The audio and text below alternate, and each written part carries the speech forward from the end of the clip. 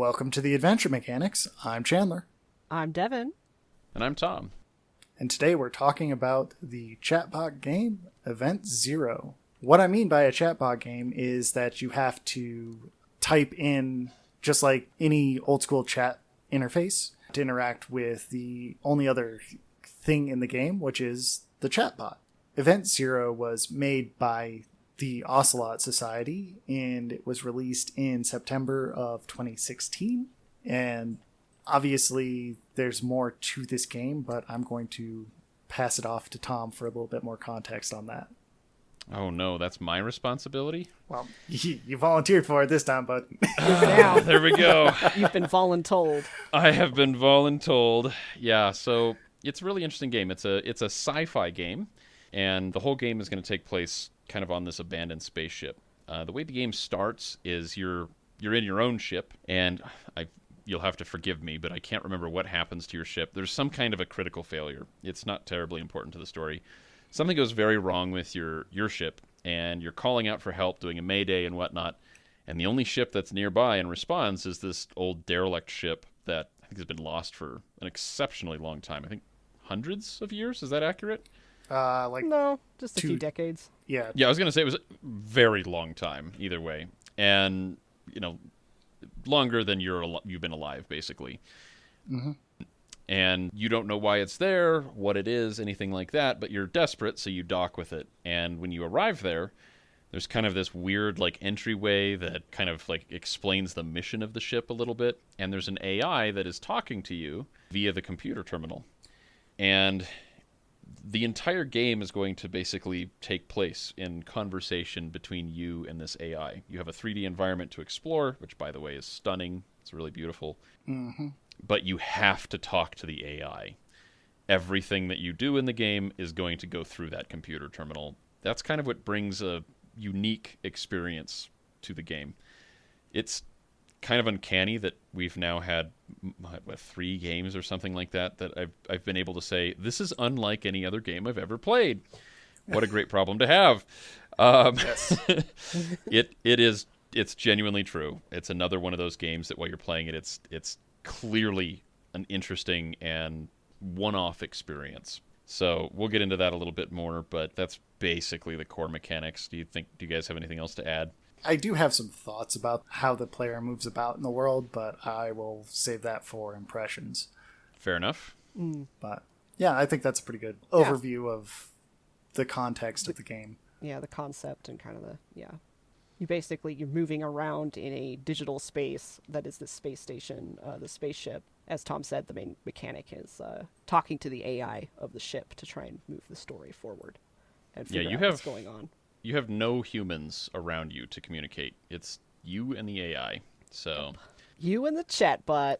Yeah. Yeah, that's actually kind of an interesting point, because this actually did start off as a college project in 2013. So they basically wanted to make a game out of a chatbot. And after they graduated from the National School of Video Game and Interactive Media in France, the group that developed their first prototype, which was also a chatbot, but they, instead of talking to an AI, you were talking to a number of humans. And there's a different expectation for interacting with humans because, you expect a more natural response. And that's incredibly hard to code. So Sure.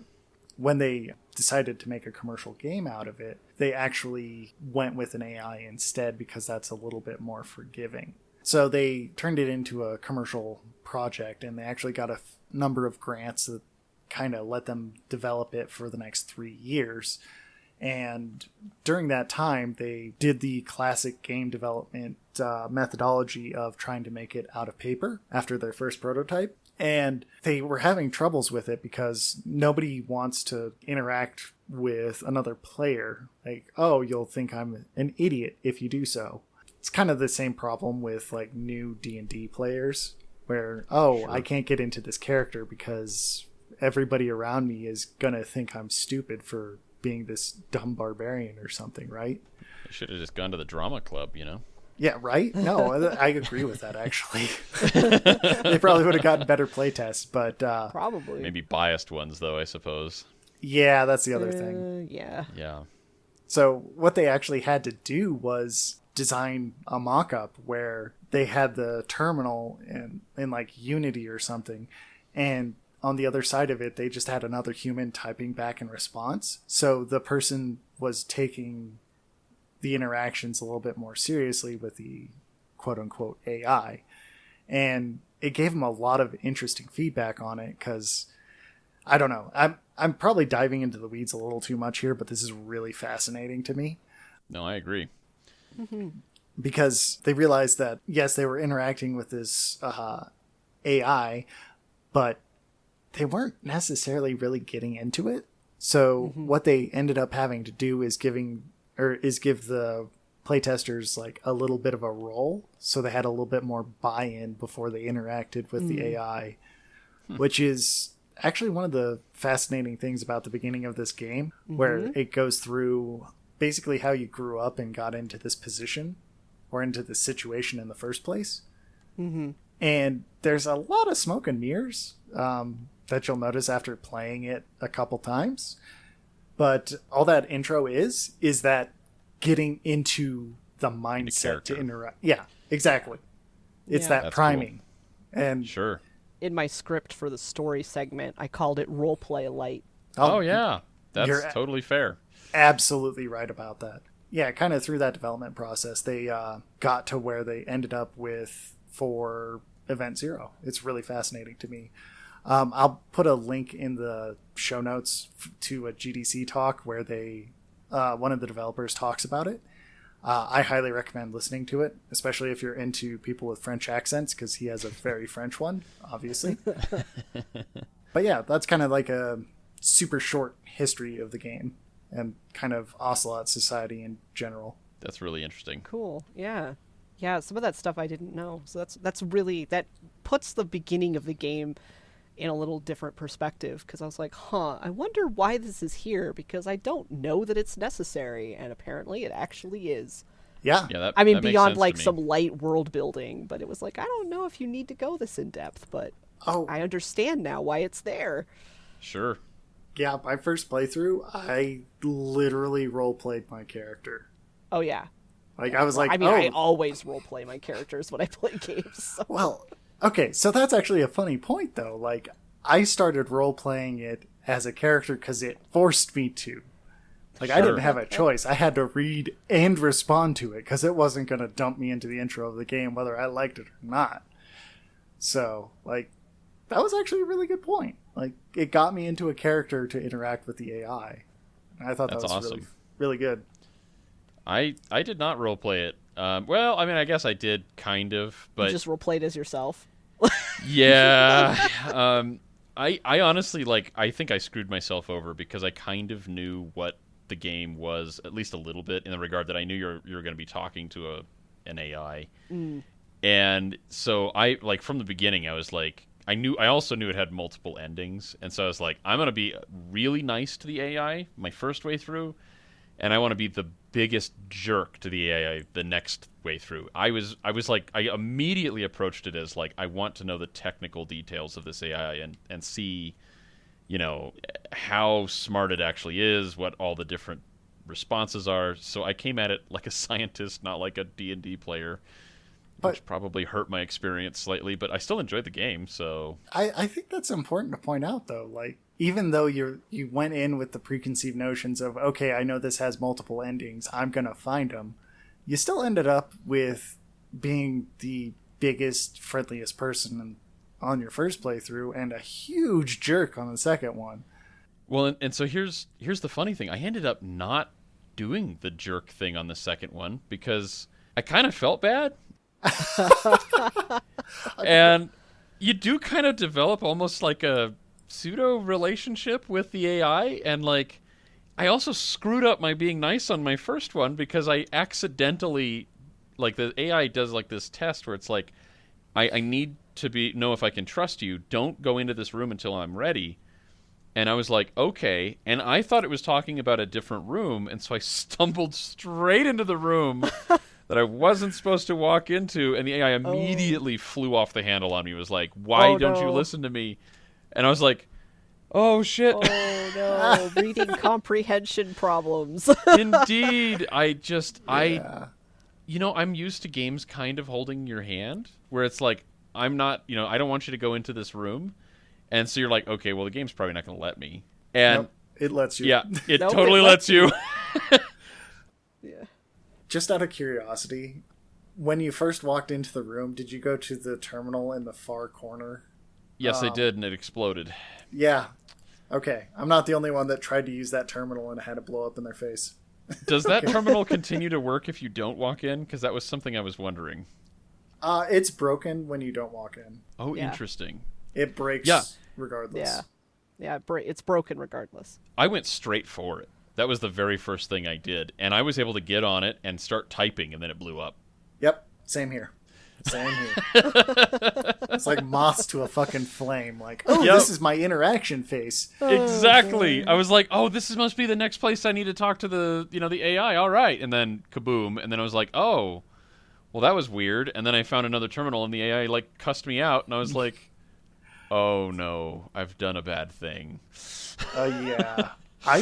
Just bring this up real quick. I went into this game with a completely different mindset my first playthrough, because we were just coming off of Phasmophobia, and like I was super primed for a horror theme on this one, and like the first entry of it was super terrifying, and I was like trying to talk to the AI, which is named Kaizen, and I was like, why aren't you turning on the lights in the next room? And it's like, just go in there. And I was like, but it's dark in there. It's like, just go in there, you wuss. It actually, the game's design, like aesthetic design, is very it draws very much on Alien. So I can definitely, my first time through, which I had played this game before. This was actually my second and third time playing it. I played it way back in 2016. Wow. So I'd played it before, but my first playthrough as well, I was concerned that it was going to be a spoopy game because it has that very Alien aesthetic, and Kaizen won't turn on the lights immediately, and then everything's fucking broken and nobody's there, and Kaizen's like not going to tell you what happened to the crew. All Kaizen says is they're gone, and it's like, creepy. Oh my god, it's so creepy, and it's not a horror game at all. Nope. Yeah. There's no Like, reason it's to not be a creeped horror out. game, so please don't. Even though it kind of looks like it should be, it's not. So don't Yep, worry. it's totally chill. There's no horror. There's no jump scares. None of that. Yeah. There So. is technically a way to die, but even then you have to really be a jerk to get killed. Yeah. You have to be Well, a real bastard. No, Yeah. there's a way you can die from being an idiot. I found Well, that. there's that too, but Even then, like, the cost of death in this game is super low. It's Yeah. basically Regardless. none. You just respawn. So Yeah. So there's that. it basically just kicks you back to the last save point, I think. So Yep. no big deal. Yep. You're pretty safe in this game. Oh yeah, But- very. And that's kind of the point of it. Like, the core of the game is to interact with this chatbot, not to be scared by an alien or scared of the chatbot. yeah. Well, I think I don't know. I think being scared of the chatbot would be an acceptable outcome of this, because I mean, It draws a lot from 2001. yes. So, you know, yes.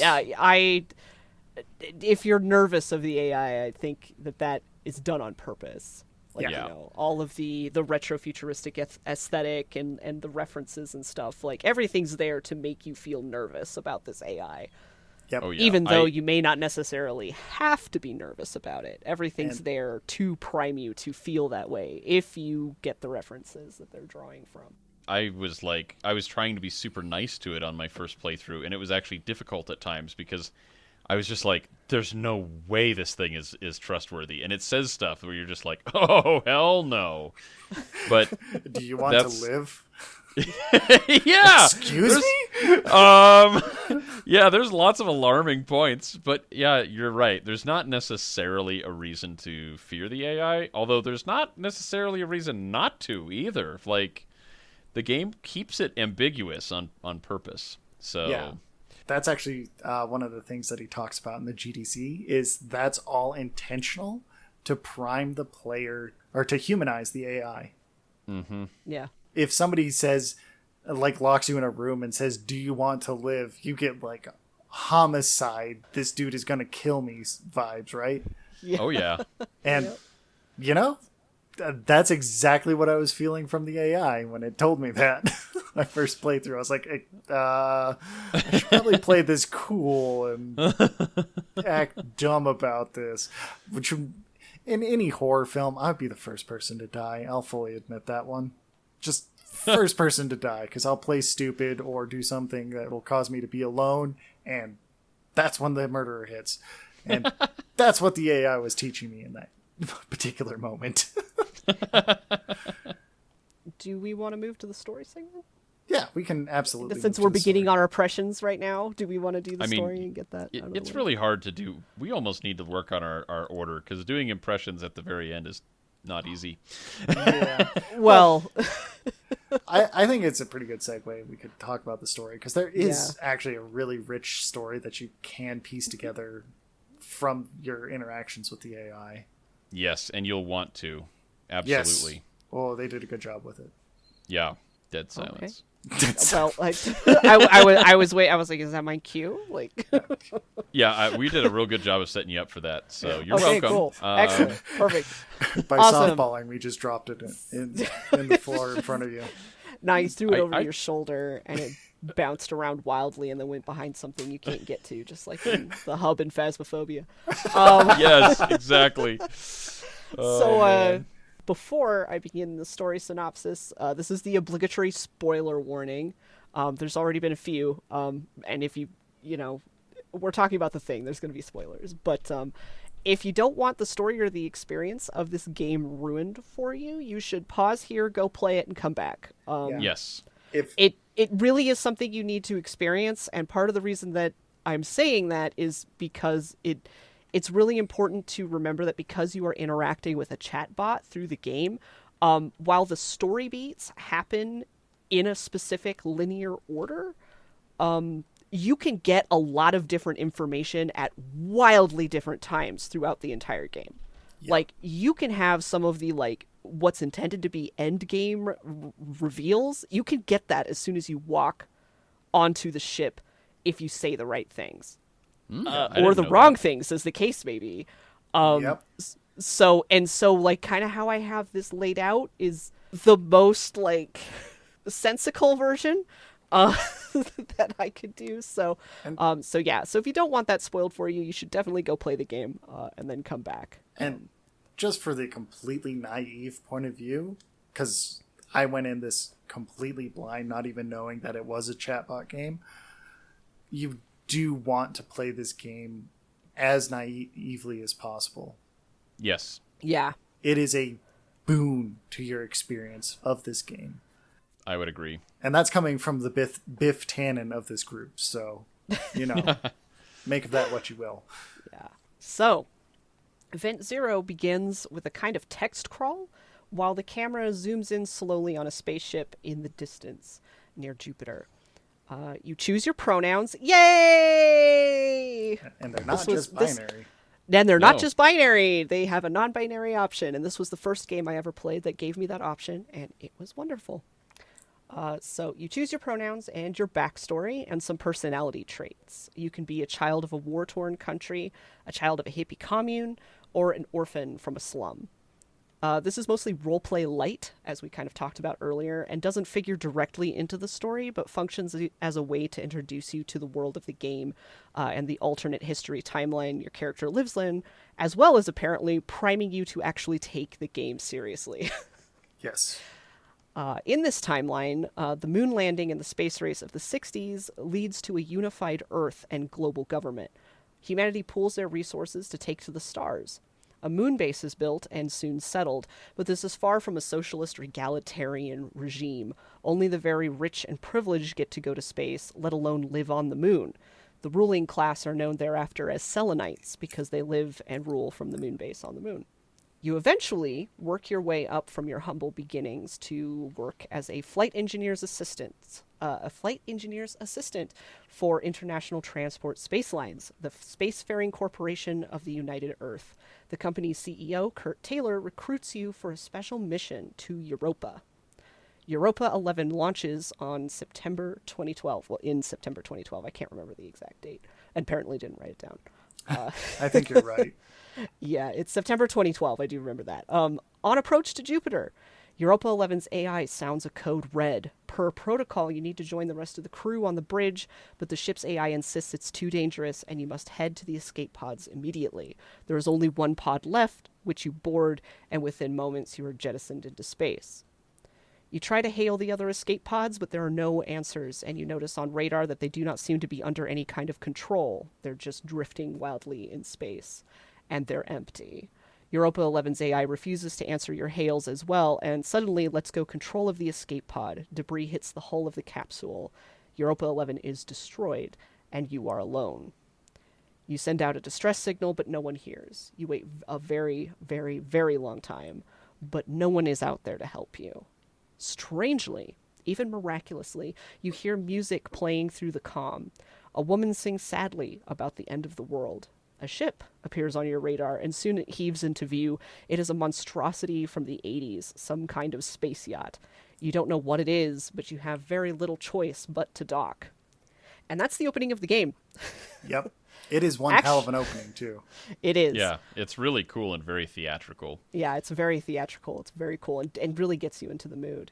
The actual gameplay begins here as you board the strange ship. You are greeted by the ship's AI called Kaizen 85 on a keyboard interface. You learn that the space yacht is called the Nautilus and the crew is gone. Kaizen has been alone for a very long time, and Kaizen is quirky. Not entirely there, sometimes misunderstanding you, as if the circuits are scrambled or deteriorating. But Kaizen seems friendly, and almost immediately upon entering the ship asks you if you want to stay alive and return to Earth. Yeah, that was a creepy moment. It was really creepy. Kaizen tells you that they will take you back to Earth if you destroy the ship's singularity drive, an experimental graviton-based jump drive that is, according to Kaizen, incredibly dangerous. The singularity drive allows the ship to hop through space, covering great distances in an instant. It might create a black hole event, but destroying it probably won't create a black hole event. And in fact, destroying it would be a favor to humanity, Kaizen says. The Nautilus is in rough shape, and debris from the Europa 11 disaster is peppering the hull, and it certainly doesn't help matters. When asked, Kaizen says that something went wrong with the Europa 11's reactor, causing the accident. As you explore the ship, you come across the living room. Kaizen attempts to make the place nice and welcoming for you, if you're patient enough to wait. Yeah. The room is a wreck, the kitchen completely borked, the food lying around rotten. There are also books and papers scattered around, some novels and a lot of texts on AI systems and robotics. Music plays and black and white film clips play in the background. And isn't it like, what is it, Metro or something? Metropolis is playing. Metropolis. It's Metropolis, yeah. Yeah. I got close. Yeah. Yeah, It's honestly got a little bit of like a Fallout vibe to it. Yeah, it does. You discover that you can access log files from each Kaizen terminal. Most of the log files are missing or corrupted, but some reveal transcribed conversations between two crew members, and sometimes those crew members conversing with Kaizen. You learn that there were two people aboard the Nautilus. One was a woman named Nandi Saka. At this point, you don't know the second crew person's name, but you learn they invented the singularity drive. You discover that Kaizen had spoken with Kurt Taylor, your boss, about the singularity drive. Taylor had charged Kaizen with keeping the singularity drive far away from Earth and seeing to it that the drive is destroyed. Kaizen is extremely interested in keeping humans safe and protecting human life. Using a memory editor program to enter the upper deck bedroom, you discover a room frozen in lived-in disarray. There are papers and books about robotics and AI here as well, and there are also some random notes, which read, "I don't want you to leave? ? I know you and Kurt were close? ? Kaizen tells you that this was Nandi's room. Kaizen is incredibly fond of Nandi and misses her, revealing that she died. She walked out into space and didn't come back. Kaizen calls Nandi his best friend and seems to have cared for her. Logs reveal that Nandi was trying to get Kaizen to take her back to Earth, but that Kaizen couldn't do it because the maps had been erased. Kaizen then tries to convince her that the Singularity Drive is dangerous and that it needs to be destroyed. Your investigation is cut suddenly short as Europa 11 debris slams into the window of Nandi's room. The room is locked down and you can't escape, and within minutes, the window breaks and you are thrown into space. Good thing you're wearing your spacesuit because you survive. Yeah. Yeah, I thought I Yep. died in that moment. I was like, well, apparently I just die here. Don't know Yep. what I you're did dead. wrong, but I'm dead. This is I- it. I thought Yeah. that exact thing too. I was like, this is Yep. bullshit. What do you mean the door is closed? I didn't know I was playing a Sierra game. Damn. Right? That's did I actually do what I thought wrong? too. It was like, oh man, I missed something back there and I screwed up apparently. All right, Yeah, fine. it's just like the Dark Souls movie. You died. Yeah. You manage to find an airlock, but when you contact Kaizen, they don't believe you are who you say you are. Kaizen is convinced you're dead and asks you to prove yourself. Eventually, Kaizen believes you and lets you in, glad to know that you survived. From the logs, you learn Nandi made her final fatal spacewalk in 1990, and upon return to the airlock, Kaizen allegedly didn't recognize her. The transcription is cut off abruptly as the Singularity Drive is activated. Kaizen lets you into the garden and admits to having withheld some very important information from you. Big Kaizen wants to know if you're surprise. angry about that.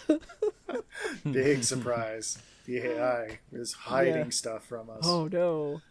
Kaizen admits that the second crew person was Annalay Johnson, the founder of ITS and the inventor of the Singularity Drive, and Nandi's murderer.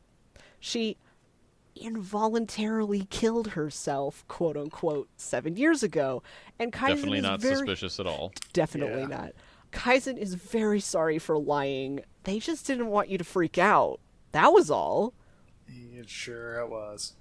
Yeah, that was not Kaizen's reaction when I played through it. Right? Oh, really? Oh, Oh, that's what he... Oh, he it's how he acted reacted with me. Well, it's probably because I walked into the room when I wasn't supposed to. He was probably mad at you, man. Oh yeah, he was going like, I swear I didn't kill her, and I'm like, I didn't say you did, and he's just like, I didn't kill her. You have to believe me, and I'm like, okay, I believe you, and he's like, I don't believe you, and I was like, shit. Now you're just being sassy. Like Sassy. yeah, he just was completely convinced that Oh I my thought gosh. he was a murderer, and that Oh, no. yeah, it was very hard to get information out of him. So like a lot of the stuff you're talking about is stuff I did not know. It's. Oh, I just want to. exciting. I just want to point something out. Every time both of you talk about the AI, you put the he noun to it. I'm interesting. switching. I'm switching between they and he. Okay. I just Yeah. want to point that out because every time I talk about the AI, I never put a gender to it. And that's probably fine. I just thought Kaizen sounded male.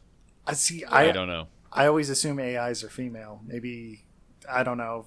It's Amazon tainting my mind or something. Yeah, I switch. I've been switching, and even I noticed in my script because I even like edited it to make it be one because I wanted it to be they, genderless singular pronoun. And I even missed some where it still says I'm like reading over it. I'm like, oh, I left in the male pronoun there. Huh, that's interesting. But even my original script, I was switching back and forth constantly. It's funny. I just wanted to point that out because that's the exact point of the Oh yeah. game, and I love Oh it. yeah. Oh, I am very good at personifying, projecting my my humanness onto things like that. So that's no problem. I was doing a good job with Kaizen. Right? I was They did, immediately though. buying in that this is a person. This is just a digital person. Yeah. I mean, honestly, Kaizen kind of comes off Yeah. as a bit childlike. Kinda. Kinda. Depends on how you interact with it. I was Yeah, gonna say maybe that was because Yeah. for me the like obstinate, like I didn't kill her, I didn't do it, I didn't. I was like, it kind of sounded Yeah. again from my playthrough as being kind of like my takeaway was like oh, you totally killed her, but you maybe didn't Yeah. mean to, but you Yeah. definitely killed her. Like, Yeah. And- Kaizen can certainly be petulant. yes. Because there's definitely some moments, even in my playthroughs, where Kaizen could be a little bit petulant. But I don't know that Kaizen, in my interactions, ever really seemed childlike. But again, but there was those moments where Kaizen could be very petulant. I remember the first time I played this way back when I was trying to get information about Nandi, and Kaizen was just really not wanting to talk about Nandi, and just was kind of doubled down in the same way, where it came across no, she's dead. I don't want to talk about her. She was my friend, but she's dead now. She's gone. Let's just go do something else. Yep. Huh. You asked the same question 5 times, and the game was like, nope, we're not giving you that information. That's interesting. Yeah, see, and I think it was 2 things. It was the petulance, and then it was also he or it, they, whatever. It's male in my head. I don't know why. That's fine. I don't think there's a wrong way to do it. No, it's not. But yeah, when I was talking to Kaizen, he was really really liked Nandi, but in the way that was like a little kid that was like, no, she was my friend. I mean, I don't know if that was just my voice for him or they, but it was just I think it's entirely accurate, because my interactions with the AI was mostly transactional. Even while I was trying to be polite to it, it was oh, interesting. hey, can you open the logs for me, please? Sure thing, buddy. Okay. Yes, I knew I was talking to an AI the entire time, and that wall was still there the entire time, even though I was trying to be polite to it. And as a funny side note, the second time I played through, after I got ejected out of the window, I was being a complete douche, and the music started playing again from the intro, the Hey Judy song. Yeah. Mm-hmm. And the first thing I typed into the console outside was, again with that damn music. And, and Kaizen was like, oh, you're alive. I'm glad. And then opened the door. Wait, what? Yeah. No way. I complained about No the music, way. and the AI was like, oh, you are that person that I just let on board. Okay. That's so funny. That's amazing. That's That's crazy. See, all of you listeners, this is how it's just so wildly different. Yeah. Yeah. I tried to become best friends with Kaizen the whole time. I was doing the, hey, buddy, and being Kaizen, you're really important to me, and trying to basically brown nose. A couple times it caught on to the brown nosing a little bit. It was you're just doing this to be nice, because you want something. And then, but after I kept doing it, it started referring to me as friend and being very kind to me, which unfortunately at the very end, because I had gone into that room, it screwed me over from getting one of the endings. Little spoiler there, by the way. But it meant that Kaizen was somewhat distrustful of me, which kind of broke a little bit of the illusion, because he had become super trusting with me. We were talking to each other like we were besties. And then all of a sudden, when things are important, he was just like, I don't trust you. And I was like, oh, hurt, but also what? Stab me in the et tu, Brute! Yeah, but an we AI had a never friendship. forgets. An AI Yeah, never exactly. forgets. Yeah, I that's funny. guess. You said you'd wait, and you And didn't. I even tried I was like, I'm so sorry, it was an accident, and they were just like, nope. I don't know, it was really interesting. The AI is shockingly smart. There are moments when you can kind of tell it's just an AI, but it's shocking how many responses they put into this thing. Yeah, that's where most of the work was. That makes sense. Yeah. I totally believe that. And the really funny part, even though we've played through I've played through 4 or 5 different times at this point, we've probably only seen about maybe 5% of everything they've written for this game. Oh, I bet that's true. Yeah, I believe that. Collectively. Yeah, they Probably did. not collectively. I'm pretty sure Devin's experience was wildly different enough to cover things that I never would have considered. Well, possibly. I mean, I don't know, but I feel like I still probably haven't seen 10%. Fair enough. If I've seen more than you guys, it's not that much more. So Sorry, right. we sidetracked you horribly. Yeah. Indeed. So That's sorry. okay. No worries. So at least in my playthrough, Kaizen didn't want to freak me out and tell me things. But anyway, logs show that Annalee was paranoid about Kaizen. Nandi wanted to return to Earth and was prepared to destroy the Singularity Drive to get there. Nandi locked Annalee out of the bridge to keep her from using the drive. Irate at Nandi's many acts of insubordination and extremely protective of her invention, convinced it was completely safe, Annalee hacks the logs to find out where Nandi hid the code for the bridge. Unfortunately, Annalee's room is locked at this time, so you have to find another way in. The garden is a strange array of notes and figures and calculations and origami. It appears Annalee was trying to find a way to commandeer the helix probes that circle the ship.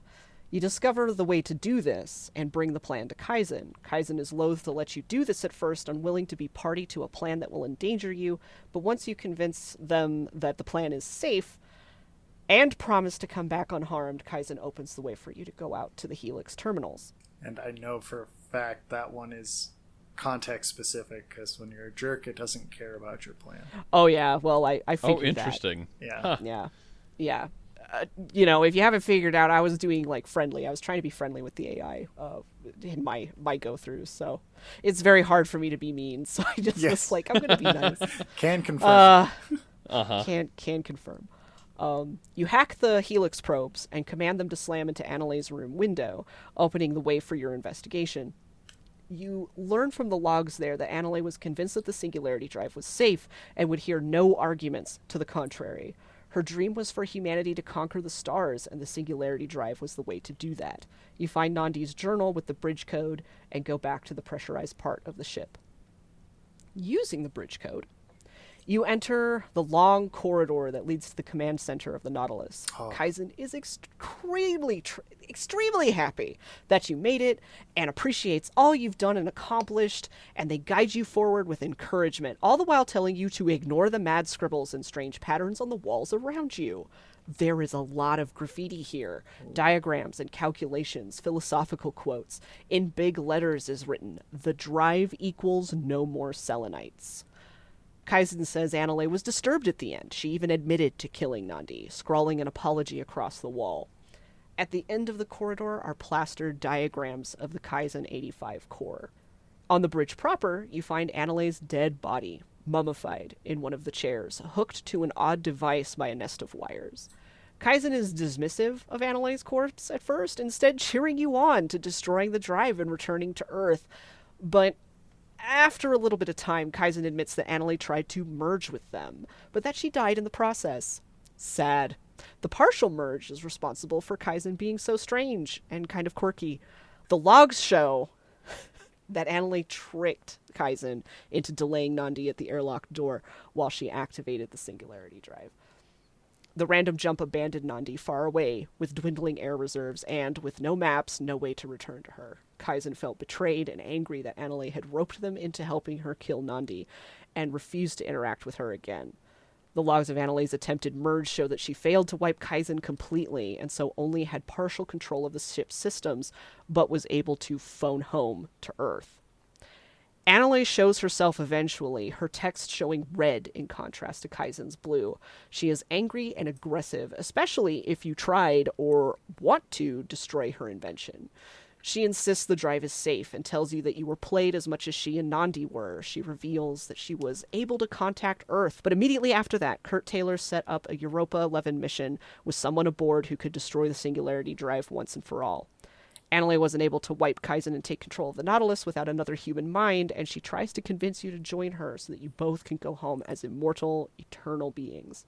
And the game has 4 endings, as we've alluded to. You can destroy the Singularity Drive, just as Kaizen and presumably your boss wanted. Kaizen is incredibly happy and is more than willing to take you home after you have done that. Presumably, this is all well and good, since it'd take a couple of years to return to Earth from Europa under normal power, and hopefully Kaizen fixed the kitchen and there was still some good food and safe water. You can also refuse to destroy the drive and side with Annalee against Kaizen. You join her in her cyber realm, and she tells you how everything will be different from humanity with the Singularity Drive, how it'll be better. And you walk back through the corridor, and the door opens to reveal Earth. And you can refuse both of them, especially if you were an ass to Kaizen the whole time. You can piss Kaizen off, and they will erase themselves and leave you alone on the Nautilus, drifting in space forever. And lastly, there's the quote-unquote secret ending, which is apparently a glitch and wasn't intended to be a part of the game.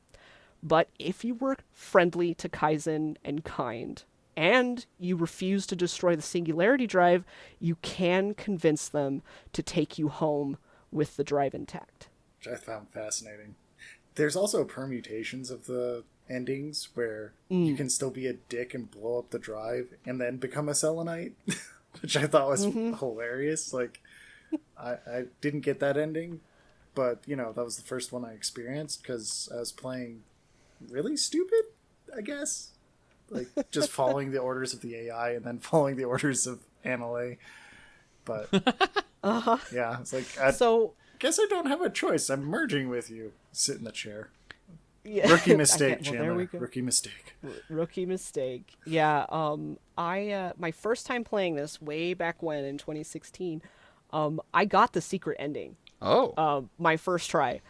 I didn't even know it was a secret ending. I just thought it was one of the endings. I knew there were multiple endings. And so I was like, well, but I mean, I don't necessarily want to destroy this thing because maybe it just needs more study. Like, you know, I don't trust corpos. Like, what's going on? So I, like, just asked Kaizen, like, please, can we just go home? I'd really like to go home. I'm not going to do the thing. And then Kaizen relented, was like, well, okay, I guess because we're such good friends, I'll take you back to Earth. And I was like, wow, cool. Like, that seems like it's a really hard ending to get. And then, like, I read on, I think it was on Kotaku, they had an article about it saying that this wasn't supposed to be a real ending, and I was like, oh. Well, okay. That's interesting. Weird. Right? I was just a little too nice, I guess. Being too friendly. That is super interesting. Yeah. I am completely unsurprised that you ended up with that as your first ending. Yeah. I mean, yeah, it is kind of in character for you, if I'm being honest. Yeah, it's pretty on brand. You gotta say, like, come on, Kaizen, we can still be friends. We don't need to destroy it. It just needs more study. That's so We won't turn it on. We'll just go back. It's fine. That is so funny. I was super confused. I accidentally got I became a Solonite without meaning to on my first playthrough. When I was trying to be nice, Kaizen just did not trust me, but I also didn't trust him. I was kind of confused. I didn't know what to do, and I was trying to just kind of like dodge everything. I was just like, I can't commit to anything. I don't know what to do. Guess I'm gonna become a mummy.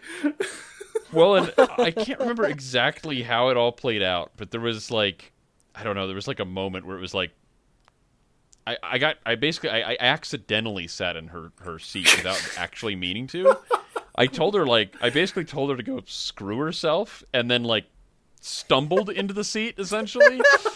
And so it was really funny for her to go from like hating me and like being a jerk and being like, you know, like really ticked with me, to being like, we're going to become Solonites together now. And I was like, whoa, wait, no.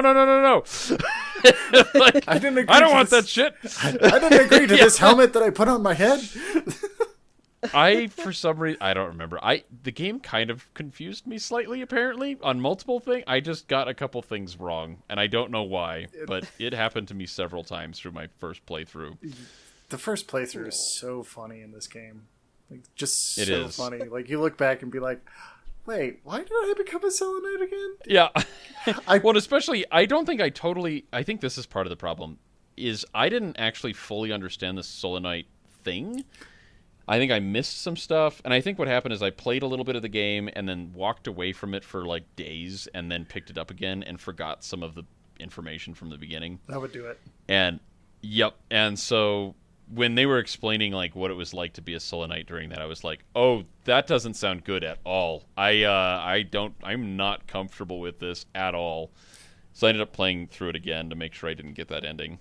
But That's hilarious. So I got two of them. So I was not nice enough though to get the one you did, Devin. Yeah, neither was Yeah. I. Despite my You efforts. apparently, you got to be like super nice. I'm not even really sure. Like, I'd be really interested to know like what constitutes being nice enough to even to be at that point. You know what I mean? Yeah, well, I mean, I accidentally insulted Kaizen multiple times. Yeah. So Yeah, I don't it's know. actually kind of hard to do. Yeah, that's why it's a Yeah. secret ending. I guess. Yeah. So I was like asking how people died, and I was like, how did they die? And that was part of the like, I didn't kill her. I'm like, I'm not asking that. Can you tell me a story at least, or tell me you're not going to tell me anything other than just thinking I'm accusing you, because I'm not. yeah. What do you mean involuntarily? Yeah, exactly. It does kind of like go off of like the whole concept of like you can't tell tone from text, and I think the Oh, game absolutely. plays with that a little bit. Oh yeah, That's kind of the the game fun. On both wants sides. you to start reading tone into that. Which, if you're someone who has like crippling anxiety like me, that's just a disaster. Wait, it's like because Kaizen will say something really weird, and it's like, okay, was that passive aggressive? Like, is Kaizen mad?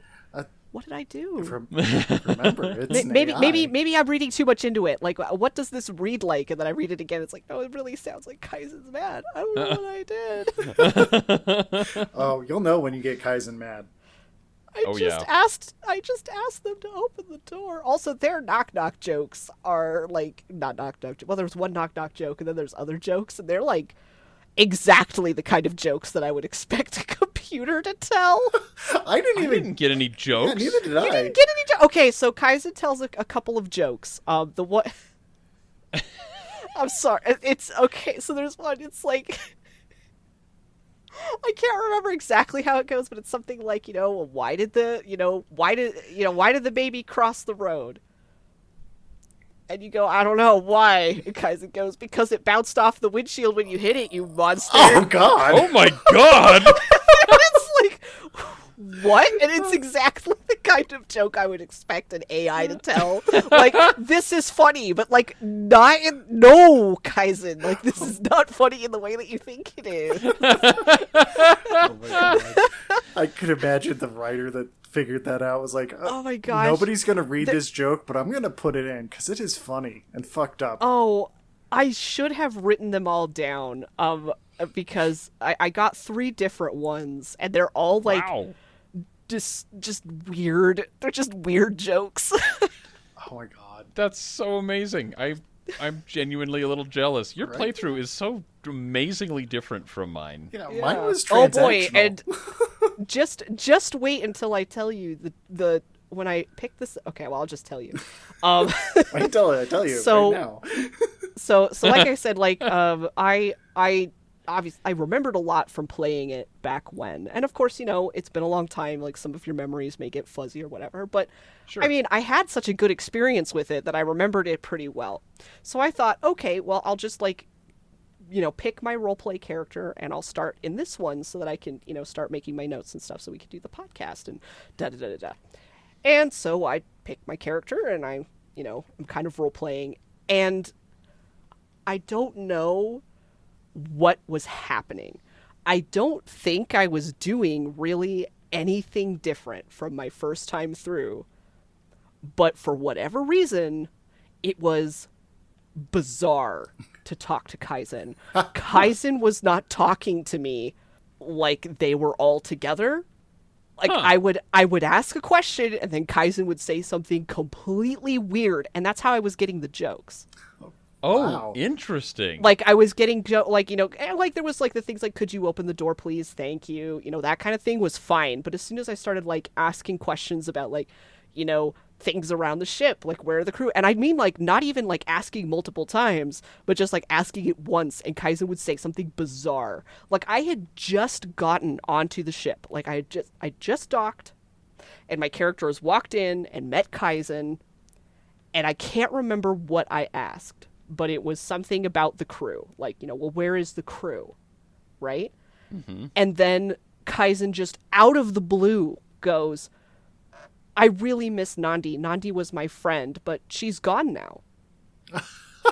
Oh God. And it was like, And I mean, I know the story, so I know what this is in reference to, but I'm like, that's kind of weird, Kaizen. Where's the What are crew? you... Nandi was my friend. Nandi was my gone friend. now. She's gone now. And it's like, Kaizen, you sounded real creepy. And it was just really weird. Like, I'm not sure why or what was going on. Like, I don't know if, like, maybe I was talking in too complete of sentences or what, because even when I was doing, like, simple phrases, like, it felt like Kaizen it was so hard to communicate. It didn't feel like actually conversing with an entity. Like, it felt like conversing with an entity that has some kind of intelligence, but Kaizen seemed really crazy. Like Kaizen was super fried by this whole Anale thing. Like, I don't know. It was so weird. And I'm like, I don't know if I can get through the game playing like this because I don't feel like it felt way more creepy that way. It's like, what is happening? So I didn't even feel like I was having complete conversations. Like, I was sort of like I can't remember. There was one thing where just suddenly I was saying something and then suddenly Kaizen says, well, you know, Kurt Taylor's your boss. What? Yeah, I'm like, yes, Kurt Taylor is my boss. And it's like, yeah, because you work for the ITS. And I'm like, yes. And then Kaizen goes, yeah, the Europa 11, you know, the reactor, went wrong. Something went wrong with the reactor, and that's why it had a critical failure. And I'm like, Kaizen, I haven't asked you anything about this. What is happening? What are you doing? What is any of this? It's funny. What is happening? And it's like, I ask like about Anale, like when you get to that point about Anale, and it's like, well, who's Anale? You know, what did she do? Like, did you like her? Like, things like that. And then, like, you know, and he says the thing about, like, you know, well, she involuntarily killed herself 7 years ago. And I say, what do you mean involuntarily? And then he tells a knock-knock joke. Oh, God! He's a psychopath. And I'm like, and I was like, I don't know what I did. Like, I don't know what's happening. I don't know why it's like this, because this isn't at all how I remember it before. Like, I had, like, actual, like, you know, facsimiles of actual conversations with Kaizen before. And then, like, my playthrough after that one, it was a little bit better, but it was still really weird. That's so funny. Like, it was still weird. And so I'm like, I don't know what I've done. I don't know what I'm doing differently than But before. you broke Kaizen. I broke Kaizen. Like, Kaizen's just complete. And it's, like, way more creepy. It's, like, way more like a horror game when Kaizen doesn't communicate with you properly. Because before, like, my first playthrough, I remember there were definitely moments where it seemed like the chatbot couldn't parse what I was saying quite right. And so Kaizen would say something really weird. But it was never weird, like, here's just a random plot point that I'm going to tell you way ahead of when you should get it. Or here's just a random joke that seems a bit off. It's like, it's funny you bring Basically, that up. like, did you kill her? Knock, I knock. know, it's like, You're telling a knock-knock joke after that question? Yeah, I know. It's like, what? It's like, did Anale like origami? And it's like, oh yeah, she loved origami. You know, also she murdered Nandi, just by the way. And it's like, oh, okay. Oh, boy. Okay. Yup. And then Kaizen would get, like, mad at me. Like, not mad, but, like, irritated that, like, I wanted to know things. Which I was being super friendly and stuff, so I'm like, why are you mad? I just asked you to open the door. Like, or the elevator. Like, Kaizen just got so, like, seemed so weird about the elevator in the garden. I'm like, could you please call the elevator? Oh, he did that with me, too. I can't remember what he said, but I remember being like, what's the deal with the elevator? Yeah, it's like, you keep asking about the elevator. Like, I know it's fun, but it can't be that fun. I'm like, Kaizen, please. I just want to use the damn elevator. And especially when it was, like, my first time asking to call the elevator. It's like, I don't know what it is with you being so fascinated with the elevator. I'm like, it's the first time. It's the first fucking time. Yeah. It's like I'm feeling like maybe like I'm in an alternate reality where like it's actually a time loop. It's something like Groundhog Day or something. Yeah, like that, or maybe it's something like Moon where there's like clones of me. Like I'm like I was here, but like actually Kaizen knows about another me who was here before and was like just really weird about the elevator, and now I'm here. And as far as Kaizen's concerned, I'm still the same me, but I'm not that me. Well, that's actually what I was going to ask is, like, did it somehow have like persistent game data? So like, No, it couldn't. huh?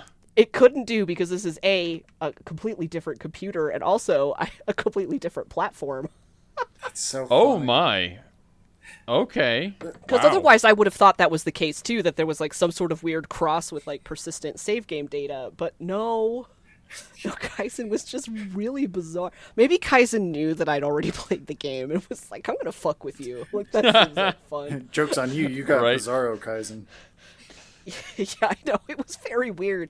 And so I was like, I'm like, this isn't at all like, and so I was like, so I'm thinking as I'm like finishing up my playthrough, I'm like, okay, did I misremember this whole game? And like, it wasn't as good as I thought it was. And so I'm like really worried of hearing from you guys about what your experiences were, because I was like, oh my gosh, they're going to come into this and be like, yeah, so the chatbot doesn't work very well. It's kind of weird. And I'm like, oh no, I was the one that suggested this and said it was really good. And but apparently I just got Bizarro Kaizen in this timeline. Well, it's funny. Kaizen was left alone for a little too long for you. That's all. I guess it was just Kaizen was having a lot of problems. It's funny you bring up that Kaizen brought up Nandi immediately, because like I ended up on my first playthrough, and that maybe that was one of the priming things besides playing Phasmophobia right before it. Right. But one of the things was I was like, so what happened to the crew? And then it just brings up Nandi. It's like, That's what happened to me. yeah, I was like, who is Nandi? And oh, she was the ship's lead engineer. Okay, where is she? She's not. Where is She's she? not here right now. Why are you being evasive? Huh? Right. Where did she go? She walked down into space and she never came back. I didn't even get that answer from it. It was just I didn't straight up either. the fucking Oh wow, evasive yeah, to yeah. me. Kaizen gave me that. Like she walked down into space and never came back, and I'm like, okay, is this Event Horizon? Like, That was exactly what I was primed for too.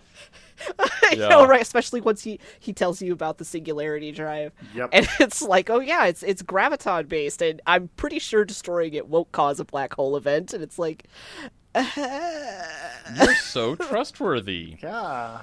Let me just find where the mainframe is and reset you real quick.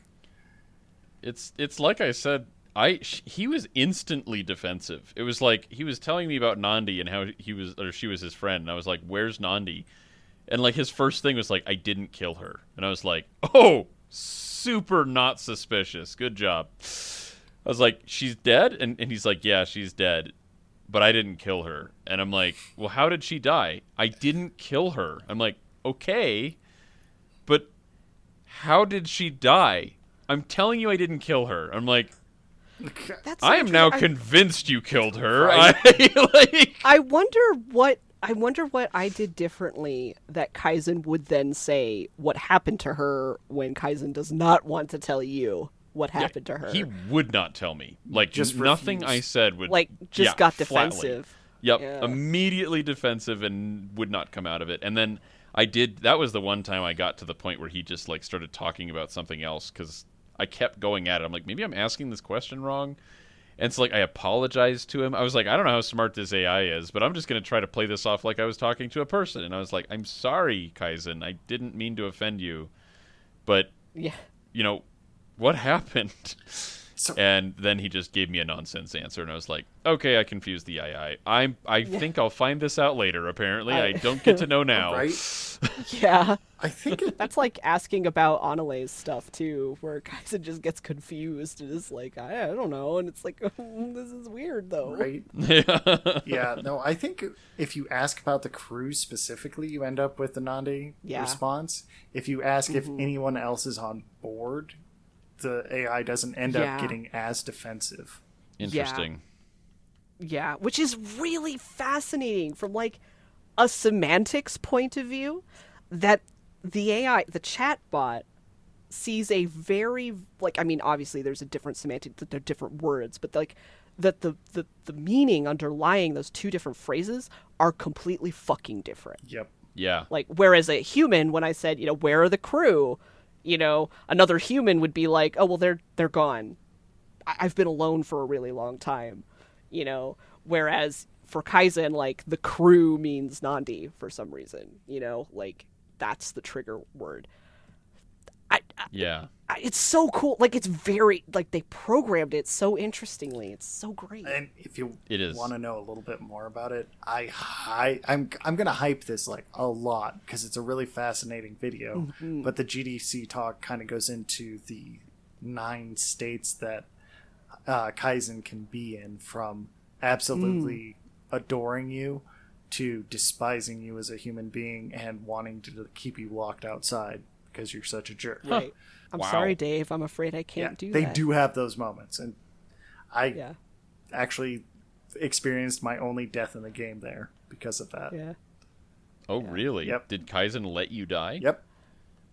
Wow. Wow. Okay. Yep. I didn't know I he could was never capable be of that mean to Kaizen.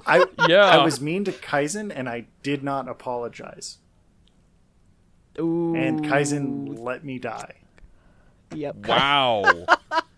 It was I great. died out there, but only because I was stupid with my oxygen. Yeah, no. I, for one, welcome our robot overlords. Hi, Google. Yeah, right? Yeah.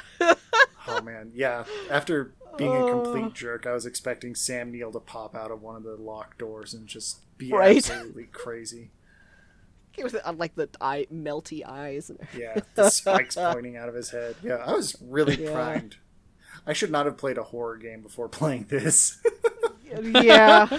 I mean, I did the same thing, so... Yeah. Yeah. It's just, But even still, even if you hadn't, I think you still would have felt primed enough for it, because there's enough, like I had mentioned earlier, enough references to sci-fi horror stuff. yeah, it's, Yeah, Or you're at least supposed to sci-fi be primed thriller for stuff. that. Yeah. Speaking of the references, did y'all find the Blade Runner reference? If I did, I don't think I would have recognized it. It's in the logs in the final room in the bridge. Mm-hmm. It is I think Annalee asking Kaizen the turtle question, the tortoise question. oh, I missed that. You're walking through the desert and you find a tortoise, and it's turned over on its back. Its legs are waving in the air. I didn't even catch that. Really? I completely missed it. I read that log and I didn't make the connection. Yep. Yeah, I that's don't it. remember Yeah. that at all.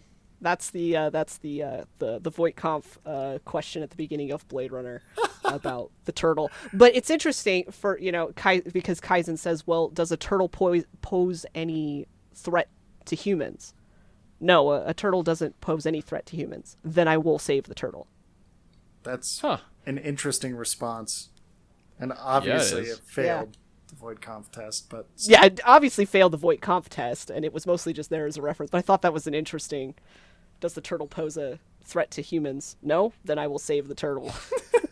I mean, That is funny, priorities straight for the AI, I guess. right?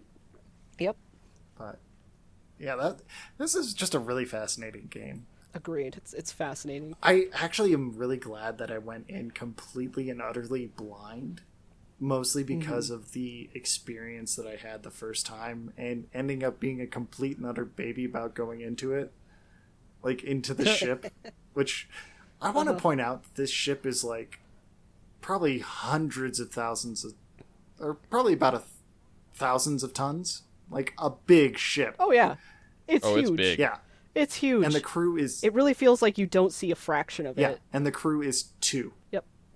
people. Yep. When they say Yeah. this monstrosity from the 80s, they really do mean a monstrosity from the 80s. Yep. Yeah. Like, And it's a nice ship too. There's like a grand piano, and the quote unquote living room is massive yeah, with these huge windows and the Yeah. fish tank that the fish have long since died and been Yep. fished out of. yep. Yep. I actually got really concerned. There's a log that says the temperature of the fish tank, but it was in Celsius. And so I had to go convert, because I'm like, oh no, did Kaizen boil the fish? And so I had to go convert. I'm like, oh no, that's normal. That's normal fish tank temperature. It's fine. It's okay. The fish just died. Yeah. You know, it's been a long time. Fish don't live that long anyway, and they weren't getting fed. But I was really concerned because it said, it was something like, aquarium temperature adjusted, and then it gave a temperature, and I'm like, I don't know Celsius. I'm a stupid American. What does it mean? I had to go to Google. I'm like, Google, help me. Tell me what the Celsius. Oh, that's normal. Okay, phew. Yeah. Kaizen didn't kill the fish. Only you would be worried about digital fish. I was very worried about the digital fish. It's funny. I was also worried about the little Roombas. Oh, Oh, they were so cute. Yeah. They're so adorable, and each of them has like an emotion. I know, Wait, it's what? so great. This cleaning bot is Wait, nervous. you I'm like, didn't- oh baby, don't be nervous. You didn't notice that, Chandler? I noticed one cleaning bot, but I didn't notice more than one. Oh, they're There are everywhere. So many. They're everywhere. I just thought they were garbage. No, they're all over the place. Most of them are broken, and they're like stuck they're doing little things. Roombas. Yeah, they're Yep. like little Roombas, and one is depressed, and it feels Yep. really sad when you find that one, because it's like this one's depressed because it's been locked in the bathroom for like, decades. Holy shit. Yep. I didn't even make that connection. I was just like, oh, look, it's a thing. Moving on. Yeah, because if when you hover over it, for people who haven't played the game, and like you hover over it, and it'll like you hover your mouse like your crosshairs over things, and it'll tell you what it is or what it says. And so if you hover over one of the little Roombas, it'll say like it's a KZ something something cleaning bot or whatever, and then afterwards in parentheses it'll say like its mood, Yep, it'll be like dazed, or dazed, you know, confused, nervous, depressed, and it's like I didn't even One notice of 'em- any of those. Oh yeah, they're pretty funny. I was hoping I'd get a chance to like interact with one of them at some point. I know, me but, too. Yeah. No dice. Yeah, I think there was a But bunch of opportunities to make this game a little longer, but I think the length that they put was just about right for it. Yeah. Yeah. Well, and I think the longer it is, the more you have to do for the AI, like on an exponential scale. Yes. Yeah. Yeah, I think that like So the more complex the AI then has to be, exactly. the more that there is to do, and Yeah. stuff. Because there isn't a whole lot to this AI, honestly.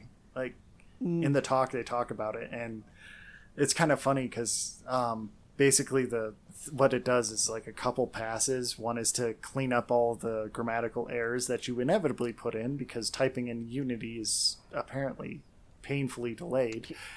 And then you, after it does that, it searches for key words or phrases, and it has like what do you call them? Synonyms to them. Mm-hmm. And then it compares it to where you are in the story and what to like different responses, and then it randomizes some of the words in the response. And that's about it for the AI. That's pretty great. And the That's neat. best part about that is there was a dude in the audience that asked questions afterwards from Microsoft, and he's like, yeah, but did you guys use natural learning or something in it? And the developer was like, yeah, no, dude, we didn't have the money for that. Like, we didn't even do any of that. And you could tell by the voice of the Microsoft dude in the audience, he was super disappointed by that response. It was so funny. Yeah, I was going to ask you, Chandler, do you know, is that AI running entirely on your computer? Yes, Or is it reaching out? entirely on your machine. That's impressive. Because it is a very dynamic feeling AI, considering it's running They purely in-game. they put a lot of effort into the AI itself to make it feel that way, because it will give canned responses in some ways, but before it gives the canned response, it will look at the synonym library. Why does that sound so fake to me right now? But I'll look at that. Because you're thinking of a thesaurus. Something like, yeah, exactly. It's like a thesaurus Yeah. that it consults. Yeah, it looks at that, and then it will change words up and rephrase some of the words to make it feel random. So, or make it feel more natural. Wow. So they did. It's impressive. They did put a lot of work into the AI, but fundamentally, it doesn't use as much of like traditional AI that you would expect. It's a chatbot. It's a very efficient AI. Well, Yeah. it's dumb in many regards, but Yeah. it I would love to see a game using like this similar concept where you speak with an AI, but it's like the kind of AIs that you get now, like the ones that seem very, very like people, like the ones that are like the auto concierge on telephone calls and shit. Oh, and they yeah. seem like real people, and that you have to ask something or say something very specific to get it to reveal itself as an AI. Like that kind of stuff would be really cool to see in a narrative game where you interact with an AI that's more sophisticated in that way. And- I don't know. That'd be really cool. That's kind of what the Ocelot Society wants as well. Because Okay, good. They should definitely do that. Well, Shut up and take my yeah, money. right. Yeah, right? Well, I think they're still obviously very fascinated by it because that was literally what Yeah. made their company. But Yeah. I think that if you're going to do something like that, you're going to have to make it more novel than Event Zero was. Maybe tying in voice recognition or something like that. Would, Yeah. Oh, I that was would going to be say, if so the people cool. that did Phasmophobia and the people that built this got together, oh my god. I feel Yes, please. like it would be a massacre because those are two fundamentally different design They're approaches. fundamentally different. Yeah. But at Right. the same time, AI like that No. with the ability to respond, but yeah, Right. I don't care what the game is. That Man, sounds that would interesting. that'd be super wild. I would love that. I would love to test out a game that was like that with with the voice recognition where you're talking to Yes, the AI and it's responding back to you. Like that would be so cool. part of me is like, this is so cool. This is the coolest thing. And then another part of me is like, it's kind of creepy though. Like that's kind of True. scary that we're there. Like, That is true. Yeah. Yeah. but it'd be super cool, especially if it's gonna do things like Kaizen did on my playthrough this time, where it was just really weird all the time for Bizarro no Kaizen. reason at all. Yeah. It's like serial killer Kaizen. Like That's hilarious. it's like I agree that this game was very, very fascinating, especially from not just a player perspective, but a developer perspective as well. Because Yeah. I don't know if people have noticed this, but I am a huge sucker for novel mechanics and approaches and designs. And this one scratched a Hadn't noticed. number of itches. So, Same. yeah. yeah, I really enjoyed this, and it hit almost the same way that Stars Die did, at least to me, where I wanted to 100% this game, which I never do. So, like, that's saying something. Yeah. Games Yeah. don't usually make me feel that way, but yeah, this one was very good. I liked it. I want to see what they could potentially do if they extended the length of the game time. Yes. Because I feel like there was opportunities to put more puzzles into it, but I'm not sure that the game would have benefited. 'Cause when I looked at the fish tank, I was expecting a puzzle out of that. Oh, interesting. But like that's it interesting. made sense. Like this is going to be a puzzle. Nope, it's not a puzzle. Oh, look at this. This is going to be no. Chandler, you can't look at that. That's not a puzzle. Why are you looking for puzzles in this game? There's no real puzzles. Because you've been trained so well. Oh my god, I've been playing too many adventure games apparently. Well, I mean, there are puzzles. Like, you got to do some puzzles to unlock information and whatnot, but they're very Yeah. simple. These Yeah. aren't Sierra level puzzles or the Dig No. level puzzles or anything like that. Like I was No, expecting they're those. you solve it on your first or second shot without much effort. Yeah. I was expecting Yeah. something a little bit higher stakes in the puzzles, but yeah, no.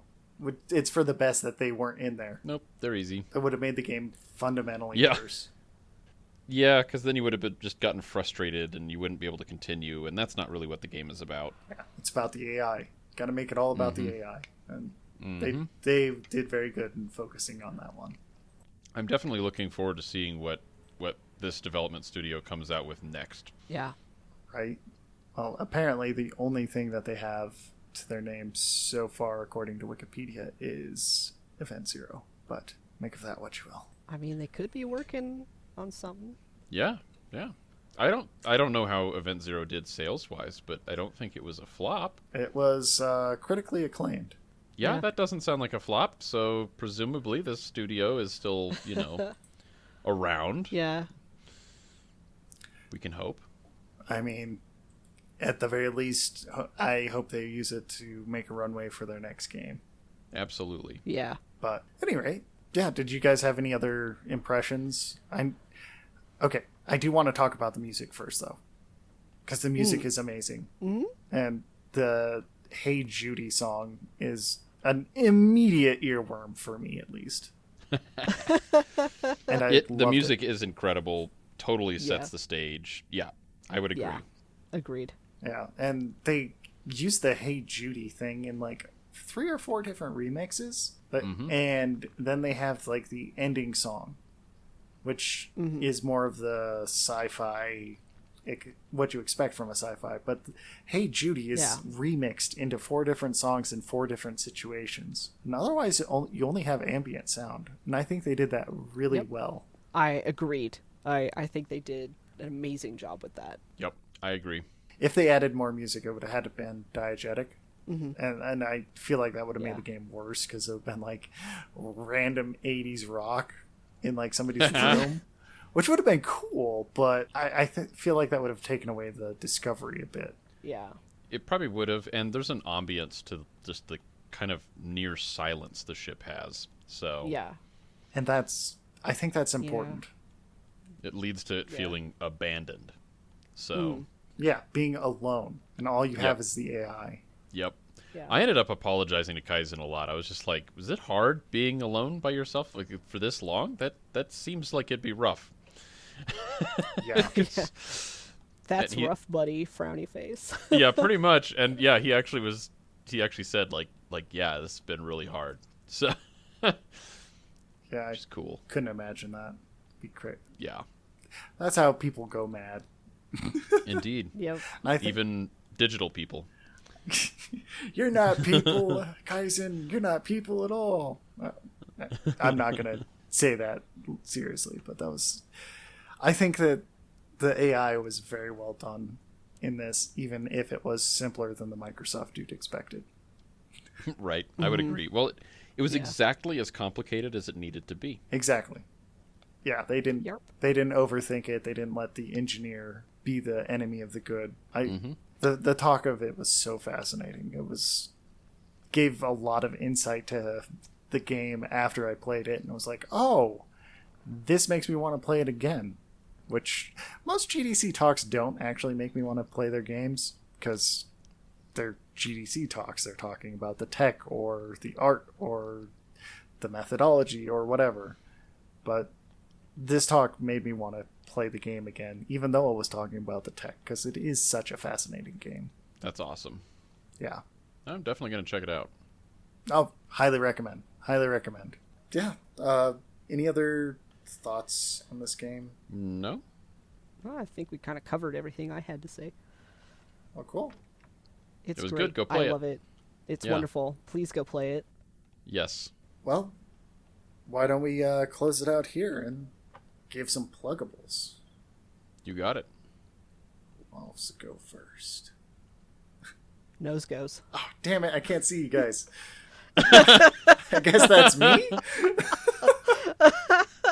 Yeah, I just was hoping if I stayed silent long enough that would be implied. Oh, So, damn it. Okay. Tom's just like Good job. disappearing into the hedge, like Homer Simpson. Like, yeah, exactly.